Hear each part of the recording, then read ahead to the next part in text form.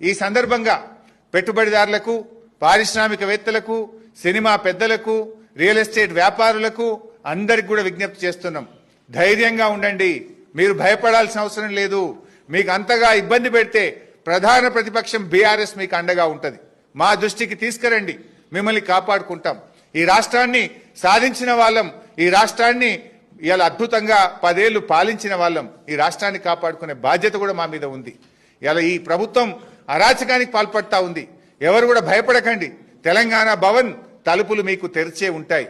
ఏ ఇండస్ట్రియలిస్టుకు, ఏ real estate వ్యాపారికి, ఎవరికి, cinema పెద్దలకు కానీ, కార్మికులకు కానీ, పేదలకు కానీ ఎవరికి కష్టం వచ్చినా బీఆర్ఎస్ మీకు అండగా ఉంటది. మీ పక్షాన బీఆర్ఎస్ పోరాడుతుంది. మీ పక్షాన న్యాయం పక్షాన, ధర్మం పక్షాన బీఆర్ఎస్ నిలబడుతుంది. మీకు ఎల్లవేళలా మేము అందుబాటులో ఉంటాం. ఎవరికి ఏ కష్టం వచ్చినా కూడా మాకు మా దృష్టికి తీసుకురండి. మీకు అండగా నిలబడతాం. మిమ్మల్ని కాపాడుకుంటాం. మీ రాష్ట్రాన్ని కాపాడు